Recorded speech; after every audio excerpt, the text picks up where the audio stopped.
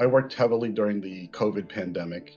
I live in New Jersey, and I was in one of those hospitals that was inundated with those patients that you actually saw on the news.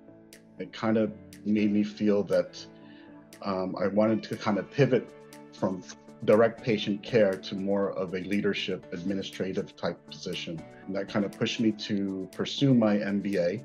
Towards the end of my program, I started looking around for positions that would possibly encompass both my clinical experience as well as the new education that I just acquired, for my MBA. And I just happened to stumble upon the position on LinkedIn.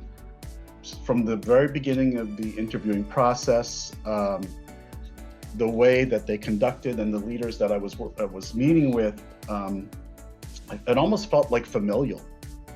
Just every person that I met with, you could tell that they had such enthusiasm for this role.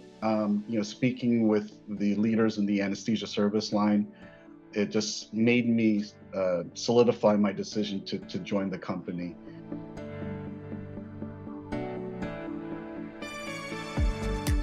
In the overall organizational structure, when you go and you look at the organizational chart, you look both vertically and horizontally. And I know that each one of those leaders that I've spoken to, all the way up from the group president, all the way down to the entry-level directors, they've all made themselves available to me. So anytime I've had a question or a concern or a comment, I know that I could either throw them an email, I've got their personal cell phone number, so throw them a text or even just pick up the phone. And I know that I could find an answer. So if that type of support is sometimes unheard of in these other, in some of our other competitors, where the organizational structure is just so varied and so wide, and that you feel that they're unreachable. I guess as a whole, I think that TeamHealth definitely went in the right direction.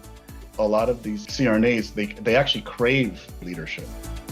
As I continue on my site visits, right? These are facilities that we have acquired. So they were small anesthesia departments that now that have been part of a more larger medical group.